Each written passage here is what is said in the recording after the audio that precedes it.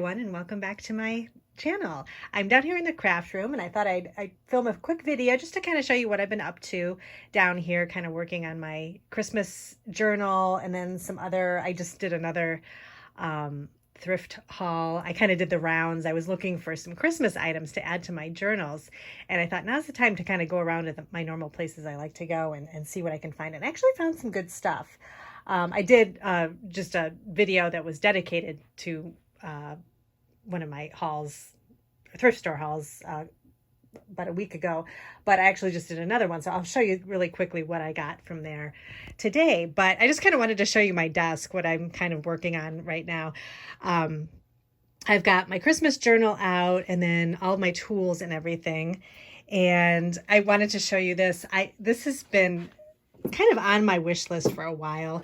One of these Crocodile Big Bites. And I just picked this up because I ended up, which I'll talk about in a second, I'll show you. I needed something to punch holes in my journal that I've been making, but I needed this Big Bite because I didn't have a long enough reach to try to get the holes punched. So I was thinking, all right, I need to get one of these things. I have the regular Crocodile that's smaller, but since I was doing eyelets and wanting to make sure, I punch the holes correctly and everything for them, I wanted to get the Big Bite. So it has a bigger kind of area where it can punch holes and then set eyelets. So I'm so glad I got this. I've been kind of talking about buying it for a while and thinking, oh, I should get the Big Bite because I really could use it. And then I was just kind of put it off, but Michael's was having a huge sale and I got this with a coupon, plus it was half off. So it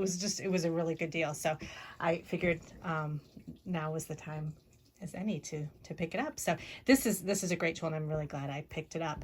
Some other things that are on my desk, if you are curious about what I've been using lately, as usual, my guillotine trimmer, which I'm so happy I bought. This has made my journal making go so quickly, trimming the pages accurately, cutting very thin magazine pages. This helps to not rip the pages. I've been cutting some doilies for decorating. Again, they're very thin, so using a guillotine trimmer is really helpful for something like that. I also wanted to try out, I had bought this a while back in one of my craft hauls, and this Barely art glue. I've had not very good luck with these fine line adhesive glue applicators, and this one I actually really like. It comes with a couple of different size applicators, but I was using the really thin applicator. I actually have the pin in it right now. Pull that out. It's nice too. It comes with this pin that you can stick in the thin applicator hole so it keeps it from clogging. But anyway, I needed something really thin like this to adhere these doilies to the inside of my journal cover. And so I decided I wanted to go ahead and try this. So this works really well. And then, like I said, there's a couple of different sizes of applicators. So you can mix and match depending on the type of project you're doing. So this has come in handy. And the glue adheres really well. I really like it. I think Spellbinders carries this as well as Amazon too. So, oh, and I also I'm going to add this to I have an Amazon kind of store type thing that's under the kit.co website. And I'm going to include that. I think I have a link to it, but I'll kind of push it up further in my notes, in my show notes.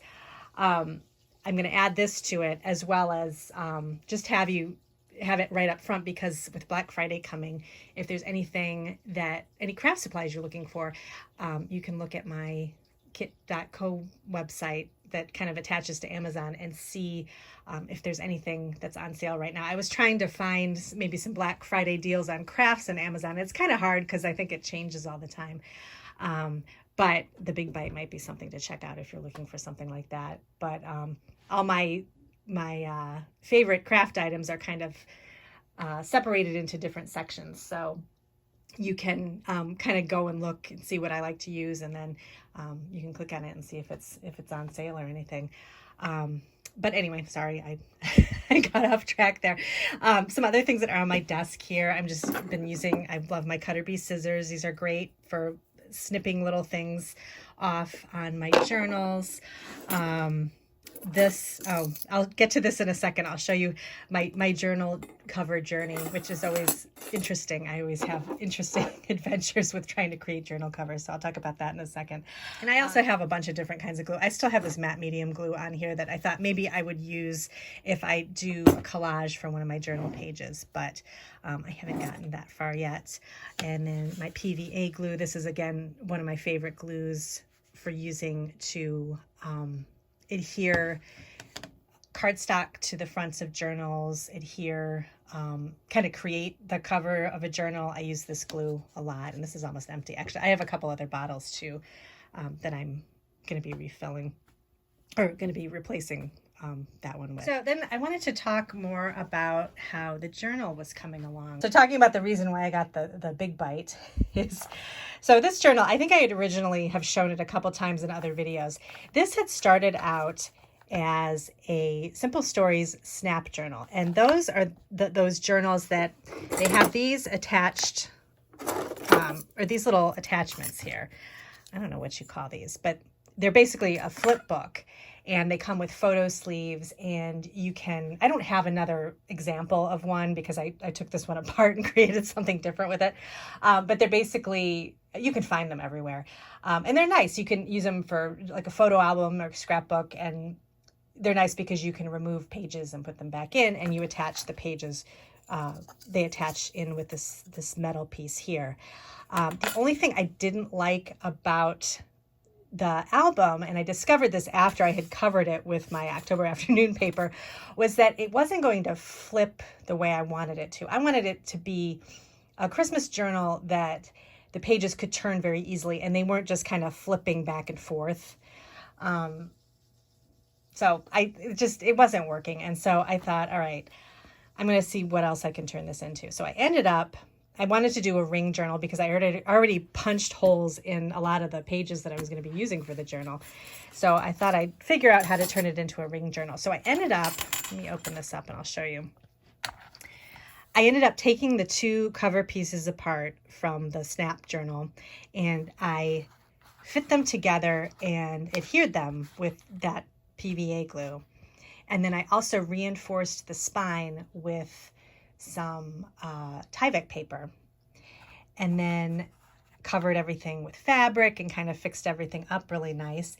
And then I really like the look. I just found this online. I forget, it was somebody's blog that had this project where they used a book cover and they turned it into a ringed journal by punching holes on the outside of the cover and attaching the rings this way. And I like this a lot better. So you still have a spine with it, but you have the ability to remove your pages because you have the rings.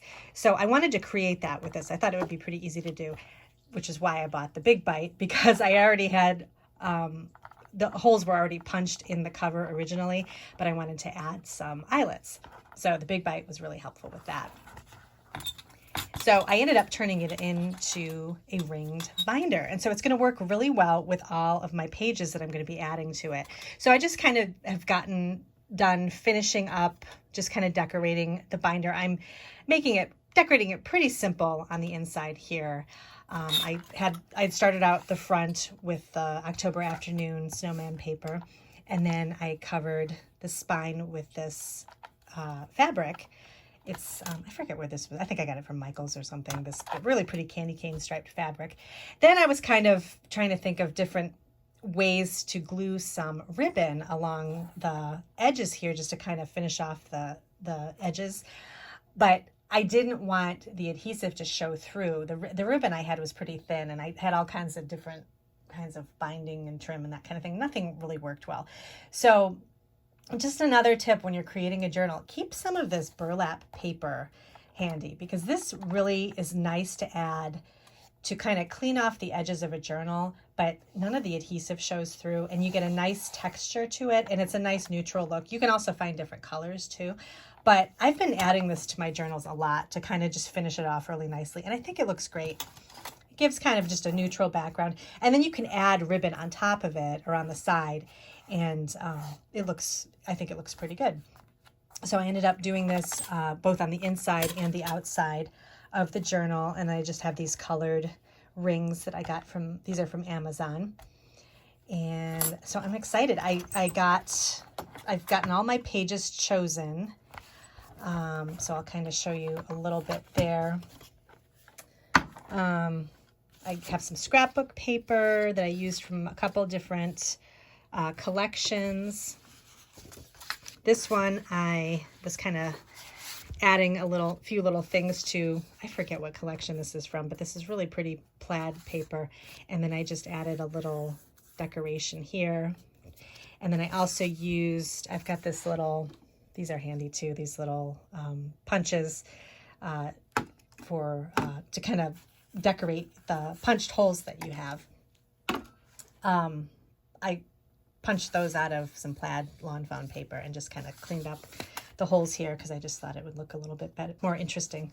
I don't think I'm going to do it with all the pages, but I thought for this one it would look nice. So I've got this page and then some other kind of scrapbook pages. I've shown some of this stuff before in other videos, vellum, just some bingo cards and recipe cards and things I'm going to add, some lined paper.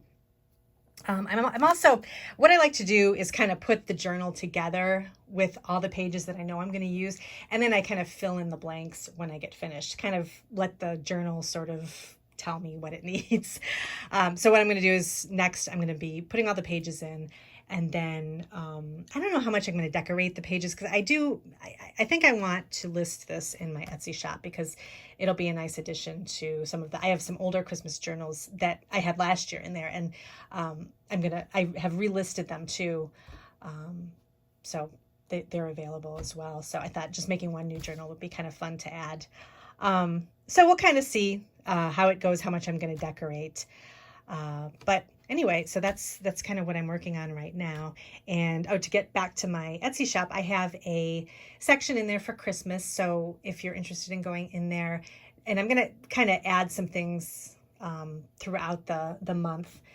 If you're interested in kind of checking back, you can follow my shop, and I think it'll give you reminders once you go into Etsy to say like so-and-so's shop has a sale or has some new items or whatever. So that's always something handy to do too. I am having a sale right now on a couple of different things. I have, I think on all of my D-stash section. So I have D-stash stamps and things like that. I also have a D-stash group of Christmas stamps too that is really nice. So you can take a look at that. But I have some ephemera packs too that I've put together with Christmas items. A lot of them have sold out, but I do have a smaller one, a couple smaller ones, I think. I'm also working on some new ones that I'm going to put together too. So I'll be adding those very soon. So that's pretty much everything on my desk. It's a mess, but and I'll show you over here too. So I ran out of room on my desk, so I've got everything. This is all of my Christmas stuff, like the little extras that I'm going to add to the journal, like the smaller stickers and chipboard and things like that. I've got that all kind of lined up against my other craft desk. And if you want to see how I organize my Christmas supplies, I have a video I posted last year that I can put a link to that just kind of show you how I keep everything in these iris cases. I don't keep all my Christmas stuff out during the year. I like to store it away so that it's just kind of out of sight, out of mind for the year, and then I bring it out again for Christmas and kind of have everything out. So this is kind of everything that I need to kind of go through and really try to use it. So I'll probably be adding a lot of this stuff to the journal too, to decorate. So I picked up these New Year party invitations. I thought this would be fun. I might add one of these to the Christmas journal too, just for kind of a fun pop of color. It's got all these great colors on it. And I don't know, I thought this would be, it's a big pack of them. So, and I think they were like 50 cents or something. So, anything fun to add to any like card type things to add to journals, I really like to do because you can always journal in them. And then you can do lots of different things with them. Tuck little, turn them into a little pocket and you can tuck things into them. So lots of stuff you can do with that. These Christmas cards I found are very interesting. They're trifold. And I had an idea for a project that I think I'm gonna try out and then I'll film it. But there were a ton of these cards, and I thought, oh, maybe I can make a couple of these projects and then include some in some ephemera packs, and then save some for next year to make some more journals too. So, but these are very old, but they're so festive. I love the green. I've been liking all the pops of green and the different Christmas things I've been finding this year.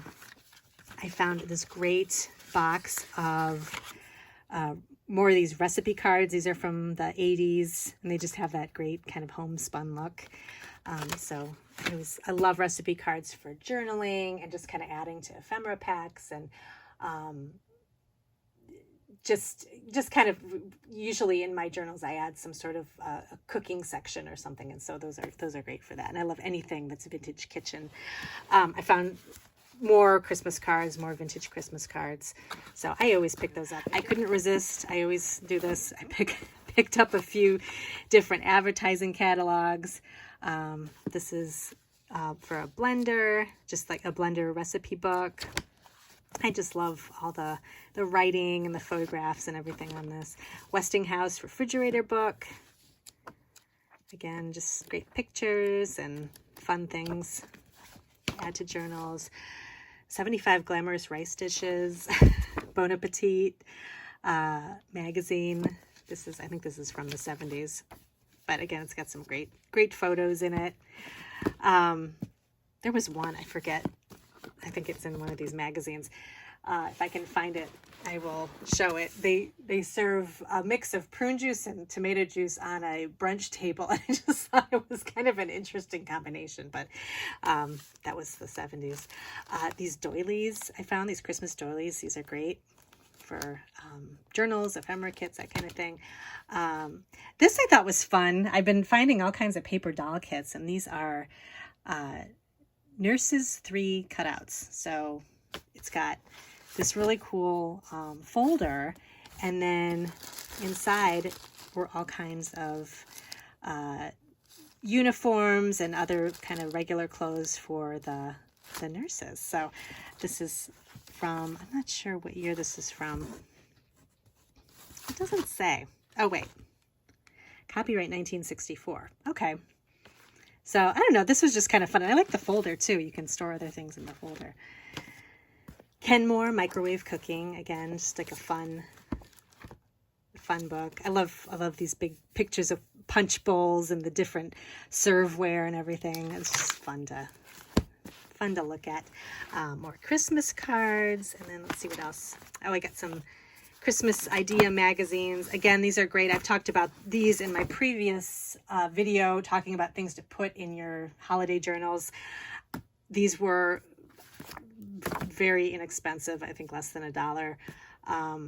But again, it's kind of one-stop shopping for pages for your journal. It has fashions, sewing projects, cooking projects, all kinds of things in here that you could add to journals. So it's great to pick these up if you can get them, different Christmas magazines.